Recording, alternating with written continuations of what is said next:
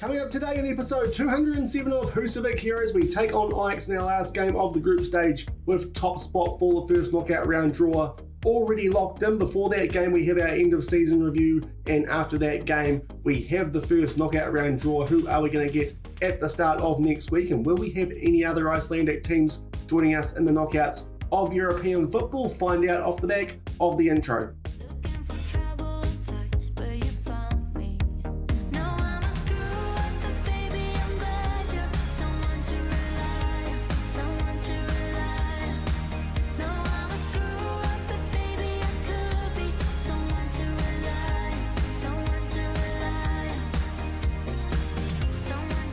Hello everyone and welcome back to Husavik Heroes here on Shaun Does FM. I hope you are doing well, and if you are looking forward to today's episode, then do remember to go down below, leave a thumbs up on the video, and if you haven't done so already and are enjoying this series here on the channel, also remember to hit that subscribe button and turn that notification bell on as well. It is greatly appreciated. But we do start off today's episode with the end of season review, which did actually take place before the second game of yesterday's episode. If you did miss that episode, I'll leave a link to it over in the top right corner, but this did happen a few hours prior to that second game against Inter Milan. But as you can see on screen already, it was a very successful 2038 for us. We actually won 6 trophies, but the UEFA Super Cup for some reason does override the Champions League and means that that doesn't show up, even though we did also win that. But we do start off with the signings. This doesn't take very long at all because we just made one first team signing who is actually at the club for this current season, and that is Shaun, the new left winger. And because he is the only new signing, he picks up the signing of the season. We spent a lot of money on him, £70 million, but in the end, we did get that back through the sale of Mizkic to Inter Milan, and he has performed very well in 14 games, 21 goals and 10 assists. Well worth that outlay, especially when we got the same money for a player who we did let go in the exact same position. The transfers out is a bit more interesting. We actually made quite a bit of money off transfers in this past season. Ali Ramadan went to Real Madrid for £42.5 million. A few backup players who haven't played too much for the club went for quite big money as well. Abazi to Real Sociedad and Ousmane Diop to Hertha Berlin, and also that big sale of Mizkic to Inter Milan, and behind that the likes of Patrick Nygaard. Their Funce's contract expired at the end of last year, ended up at Melbourne City. Kelvin Owosu, we sold him for £1.8 million. Stephen Garcia, Jamaican centre-back who wasn't going to feature too much here, being a foreign player, we got £13.25 million for him to go to Germany. And then a few younger players and players with not much potential went out to Akranes, and also Andreas Ott went back to Austria as well. So on the whole, I think we did quite good transfer business this past season. Still looks like we're in a good position to hopefully make it back-to-back Champions Leagues, albeit still a wee way to go before we can probably try and claim that. And we also have a lot of transfer budget left going into the window, which does open in February. We will leave you guys a save file of where we do leave things at the end of today's episode, just in case you want to do something a little bit different with all that money than what I might do going into the next season of this save, at least domestically. Anyway, it's going to be our last domestic season, and we will still get in one more European season before we do wrap up this save. And also in terms of loans out, quite a few players who are getting some good game time out at some pretty good European clubs. The season results, these are going to be all good. We won the Islands dealt in by 15 points over Phil Kia. Nuts Kate are in third. They'll be in the Europa League next season, and HK and Akranes are going to be in Conference League qualifying. Hafnarfjordur and Fram Reykjavik are the teams who have been relegated. Of course, Champions League, we were really good in that last season, and it was capped off with that 2-0 win over Juventus in the final. And so far, yet to taste defeat in the group stage. And of course, we did beat Inter Milan in that game down there at the bottom that we did play off the back of this end of season review. Popping up the UEFA Super Cup, we won this comfortably for the second time over Arsenal by 5-0 prior to the start of this European season. The Malka Bikram won that quite comfortably as well, beating Phil Kia in the final. The Super Cup, we beat HK by 2-0. And then the League Cup right at the start of the year. This was a little bit closer against Keflavik in the final because it was sandwiched in between a few Champions League knockout games. But thankfully, our rotation team did get the job done there. by a scoreline of 1-0. So we did indeed pick up 6 trophies over this past year. The moments to remember, the biggest win was in the League Cup, 12-0 over Lechner. The match to remember, no doubt about this one, UEFA Champions League semi-final. We defeated Real Madrid at home by 5-0, and that was thanks to 4 goals from Adam Saki, and that saw us go through to the Champions League final, defeating the team who did beat us on penalties in that final the season before. And the goal of the season was in the 2-2 draw away from home in the first leg of that Champions League semi-final, and it was scored by Benvenuto. And this goal was scored only a few minutes off the back of Real Madrid. I believe it was opening the scoring from a set piece. Bayer there from a little way outside the box just drills that into the bottom right corner. Certainly I wouldn't say it was the goal of the season, but in terms of timing, it was quite important, and it did keep us alive in that tie and did help us on our way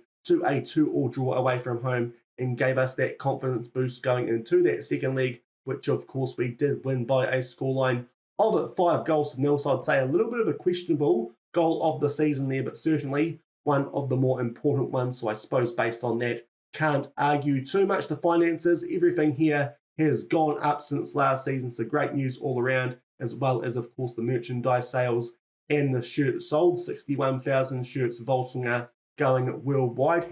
#brand, with Lasana Dumbia being the highest shirt seller. We'll get to the best 11 shortly, because as we know by history, this screen isn't usually right, albeit looking at that one might be a little bit more accurate potentially than what we have seen in the past. Then we make our way forward to the awards, and finally Adam Saki has picked up the club player of the season. He's probably deserved one of these over the past few seasons, but this time he gets it outright, which is good. Young player of the season is Maurizio Menga. He continues to improve greatly here at Völsungur, does the 21-year-old Argentinian winger who is the backup to Agustin Agatigre. You saw those other awards before, to Lapase and to Bayer. The top goal scorer, Adam Saki, with a nicely round number of 50 goals for this past season. Most assists did go to Lasana Dumbia with 19. Most man of the matches, Adam Saki, and the highest average rating also to Saki. So you can see why he did pick up player of the season. And then the slightly less important award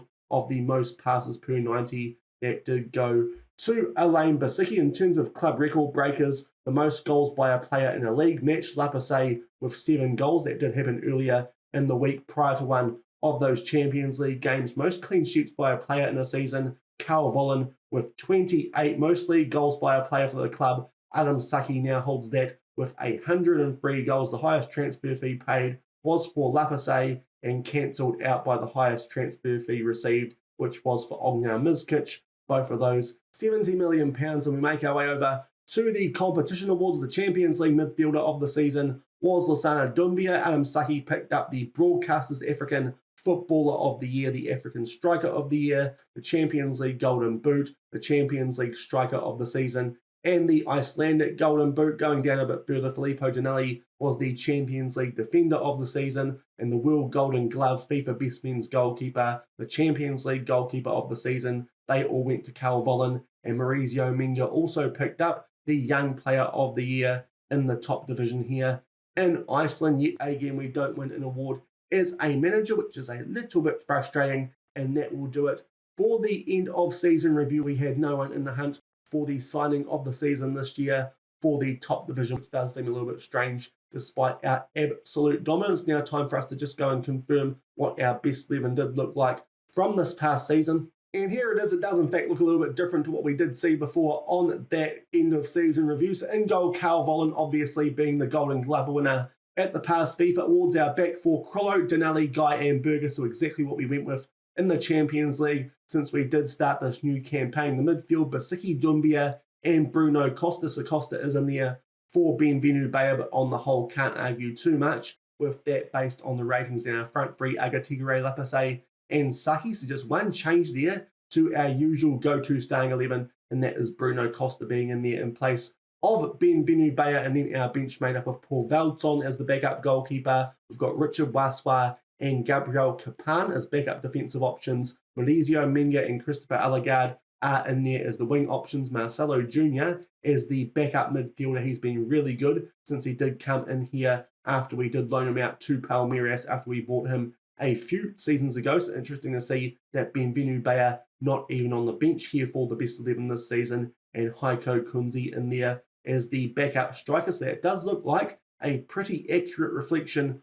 of what this past year has been like at Völsungur. Most of our first choice players are in the mix, and now it's time to do an update on the overall best 11 for this save. Of course, with us only having one more European season left off the back of this is going to be our second to last update on this overall best 11. And there are still some players who would probably like to make their way into this team, but Agustin Agatigere is now in here out on the right wing, and also Heiko Kunze as a backup striker, and Filippo Dinelli has made his way into this team as a centre-back. So for the first time in a couple of seasons, some change there to our overall best 11. But Mikel Serafini is still in goal. I'd imagine that Carl Vollen is going to be coming for that spot very, very soon. It might be good if he could get that come this time next season, because I do think he's been the best goalkeeper that we have had so far. In the save, our back four, Leandro Diaz, Filippo Dinelli, Thiago Polo, and Patrick Nygaard back in there as a right back. It would be really nice if some of those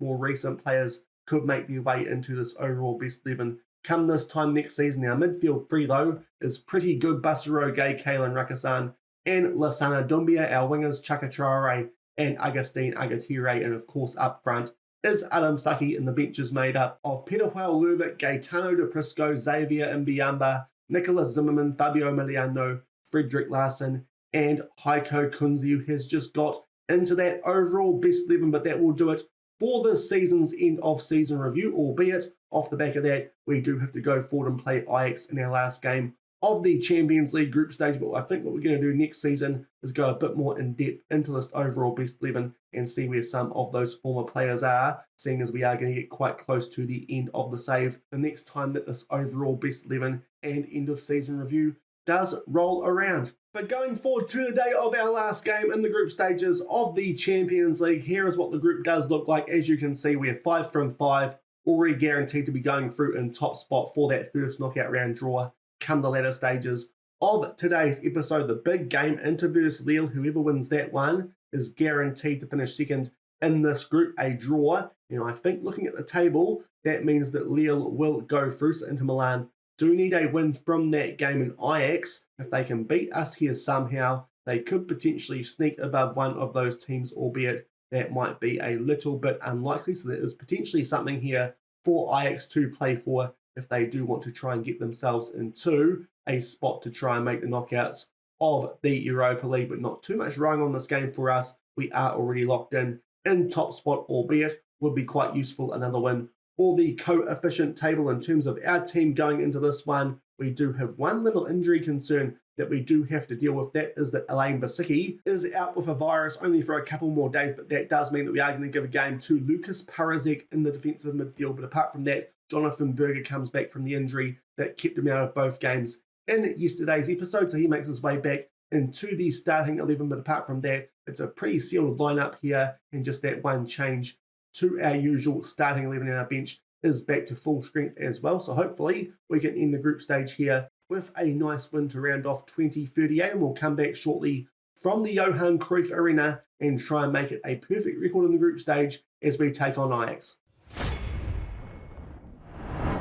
And only 3 minutes into this one, our first highlight is a corner which Doumbia puts into the mixer, somehow flicked on for Agatigere, but he misses the target. That was a big chance, albeit Ajax do clear their lines, playing a 4-2-3-1, quite a narrow one as well, and they do deal with that subsequent corner somehow. That ball from Agatigere did not find the back of the net, looked like an absolute gift of a chance. Still 0-0 after 4 minutes. And going for a few minutes off the back of that golden chance there for Agatigere to open the scoring, we start things back underway with a goal kick here to Ajax, albeit the ball does eventually find its way to our defence. A little bit of a missed header there to Lucas Parazek, but thankfully Basaro Gay and Filippo Dinelli were there to tidy things up. Agatigere just keeps the ball there under pressure from Guillermo Fer, and he plays that one back to Filippo Dinelli, and we eventually make our way into the opposition half, albeit play that ball back to Carl Vollen. Basaro Gay now was switched out to Jonathan Berger, his first start back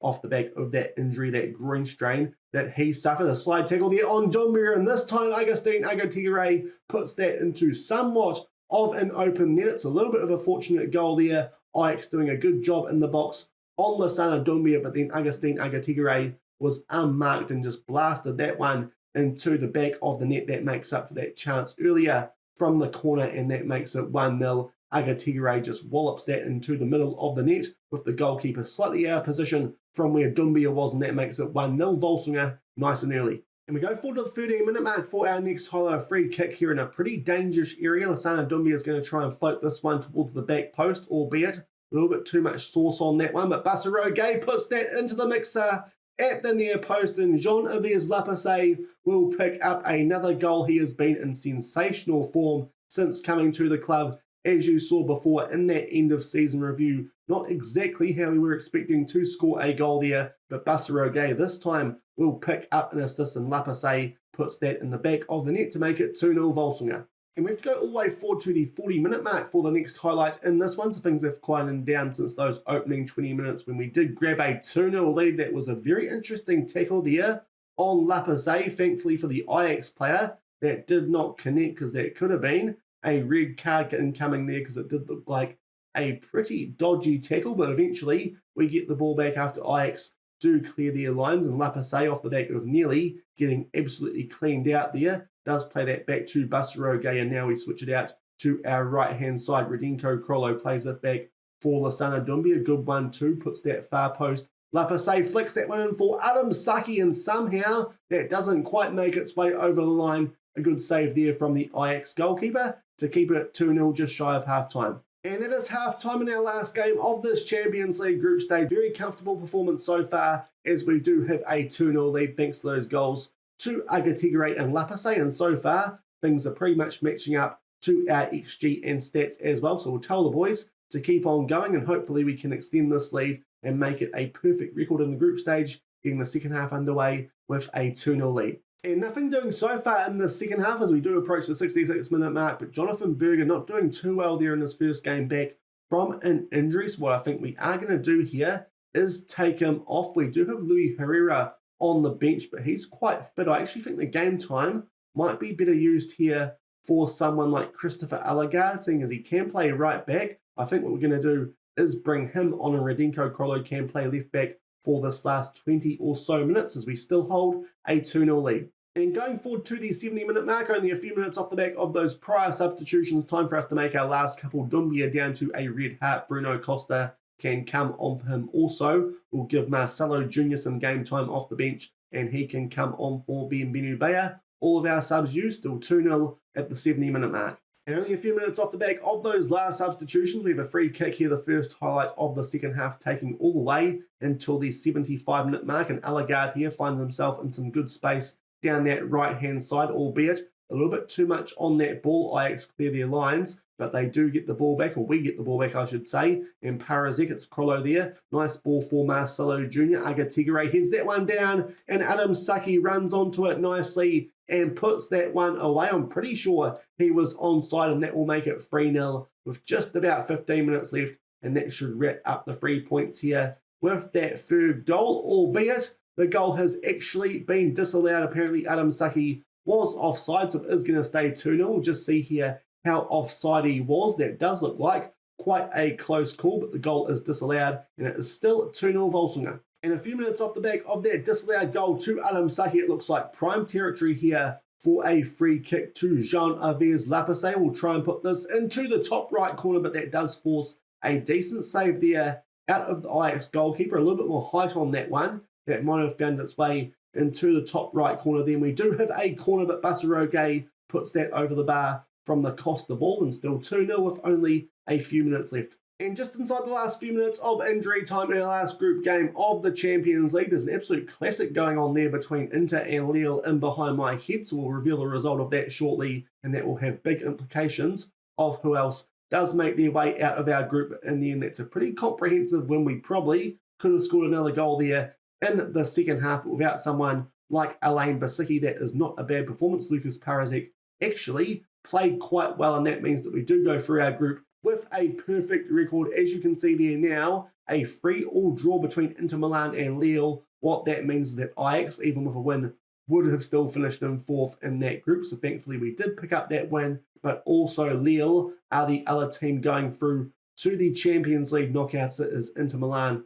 who are going to be dropping down into the knockouts of the Europa League, but we go through very comfortably from what looked like it might be a tricky group. In top spot, we'll go forward, give you guys an update on what has happened in the other Icelandic competitions, but before then, we'll do the first knockout round draw for the Champions League and see who we are taking on come the start of next week. And we are back about to take part in the first knockout round draw for this season's Champions League, but before then, we're going to run through the results from the other groups in this competition. So as you can see there, Group A, Man United go through as a top seed. Borussia Dortmund are one of our possible opponents, and Napoli are making their way down into the Europa League, down to Group B. And in that group, that was the group that we were in, so we'll skip over that one. You did just see the results from that one. Group C, Arsenal have topped that group, and Bayern Munich are one of our other possible opponents. Real Sociedad just getting the job done there over Rangers to make their way into the knockouts of the Europa League. Rangers did upset a few teams in that group, so a little bit interesting to see that they did end up still finishing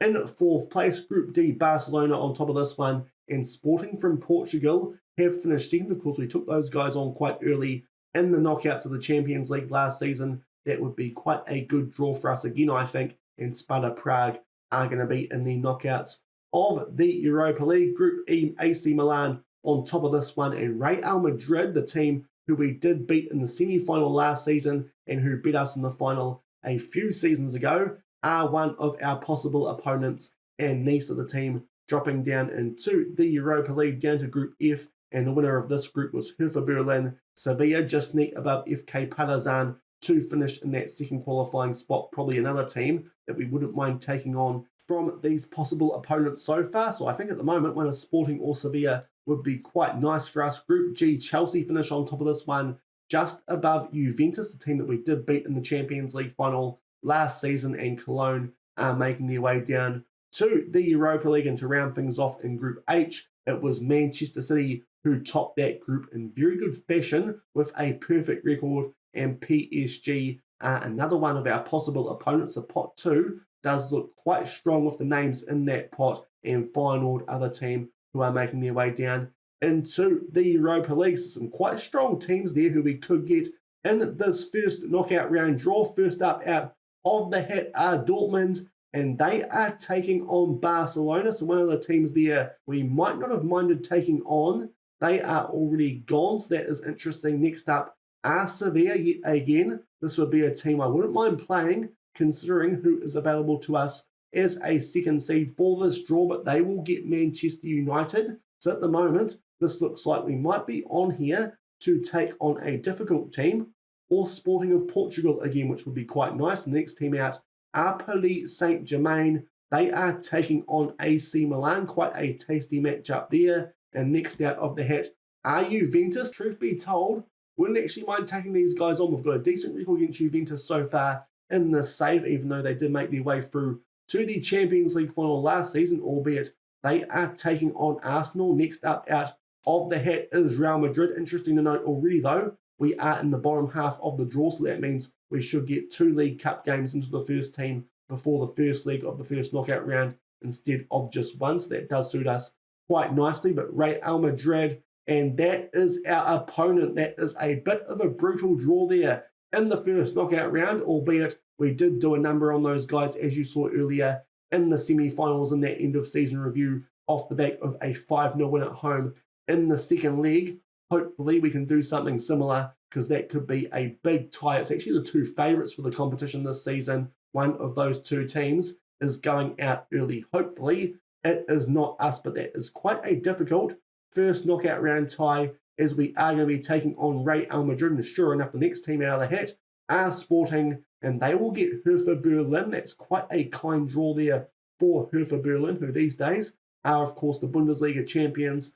Bayern Munich are taking on Manchester City, and the other draw does mean that Lille will be taking on Chelsea. Of course, we couldn't have got Lille anyway, because they are from the same group as us. So that means come the start of next week, we are taking on Real Madrid, albeit currently looks like they might be struggling just a little bit in behind both Real Sociedad and Barcelona in the league, albeit there's only a 2-point gap in between those top 3 teams. So that might be a slight exaggeration, but that is a big first knockout round tie for us. And it's a rematch from the Champions League final of 2 seasons ago. We will be taking on Real Madrid. And going forward a little bit further off the back of that UEFA Champions League draw, an update now on the other Icelandic teams in the lower competitions. Thankfully on that final match day, HK did not lose against Malmo. In fact, they picked up a win away from home, and that does guarantee they are going to be in the knockouts of the UEFA Conference League. So good news there for HK. Of course, we did have Keflavik down in Group F, but they were already knocked out,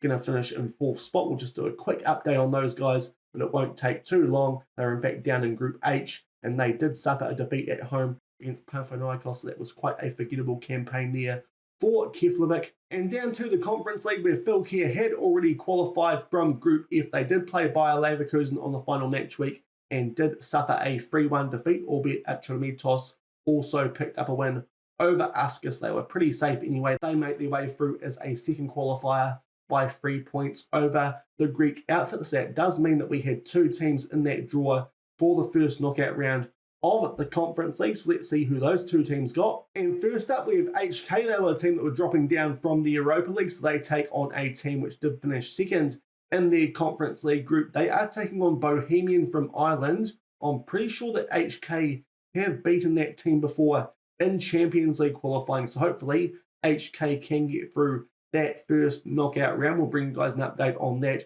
come the start of next week when we do play that first leg of that first knockout round tie against Real Madrid. But I think that is quite a good draw there for HK Fylkir though. Things look a little bit tougher for those guys. They are taking on Fenerbahce out of Turkey. Certainly not an unwinnable tie for those guys. These days, Fylkir are actually a 3.5-star reputation club, a little bit higher than HK somehow, despite the fact I haven't thought they've been that consistent compared to HK so far in this save. But 2 ties there, which in theory, the Icelandic teams could win, so they make their way through to that second knockout round, albeit I do think HK probably the more favoured team to win that tie. I think Fenerbahce certainly a stronger opponent than Bohemian, who HK do have to take on. And going forward to the end of 2038 now, to round off today's episode, we have another awards update here. And as you can see on screen for the second time in the save, despite the fact he was not listed in the Goal 50 Top 50 players in yesterday's episode,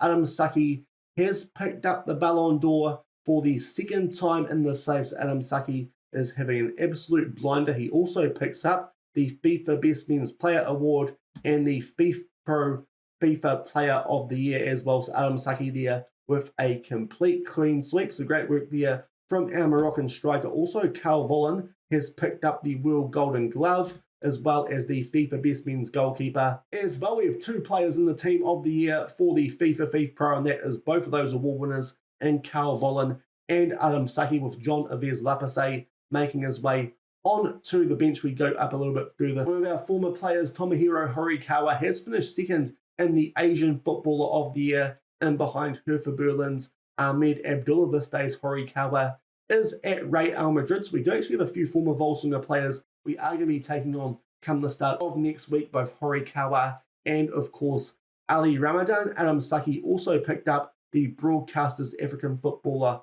of the Year, but somehow did not actually win the African Footballer of the Year. That went to Kamara, despite the fact his goal-scoring record is nowhere near as good as Adam Saki's. And we go up a little bit further, and the African Team of the Year, Adam Saki, is up front. And in terms of the actual award winners, you can see that Adam Saki did pick up the Striker of the Season over the African Footballer of the Year in Kamara, so not too sure how he has not picked up that African Footballer of the Year outright. Continues to be overlooked for that award does our Moroccan striker, and above that just a few contract renewals which I have been getting sorted out, so I can see how much of that transfer money I can spend and where if I need to before we do get stuck in to that first knockout round of the Champions League. The save file I'll leave you guys will be from where we did just pick things up before for that draw for the Conference League, so that you guys can renew contracts with whatever players you do feel are necessary. But so far, I do think we don't actually need to replace that many players in our first team towards the end of this save. So what we might be able to do is load up on Wonder Kids, and that might suit you guys nicely come the next save file that we do give you guys at the end of this save. But I will leave a save file down in the comments down below. Just give me a few hours once this video does drop so I actually get time to sleep in a little bit. But that will do it for today's episode. We go through our group stage undefeated, and the reward for that is a first knockout round tie against Real Madrid. Will come back at the start of next week and play the first leg of that, split up that first knockout round over 2 episodes. And from there, hopefully, we can make our way through to yet another Champions League final and try and win it for the 4th time in the save. If you did enjoy today's episode, then do remember to go down below, leave a thumbs up on the video. And if you haven't done so already and are enjoying this series here on the channel, also remember to hit that subscribe button and turn that notification bell on as well. And until the start of next week, where we get into the serious side of the Champions League, the knockouts, thank you very much for watching. Keep on keeping on, and I'll see you then. Cheers.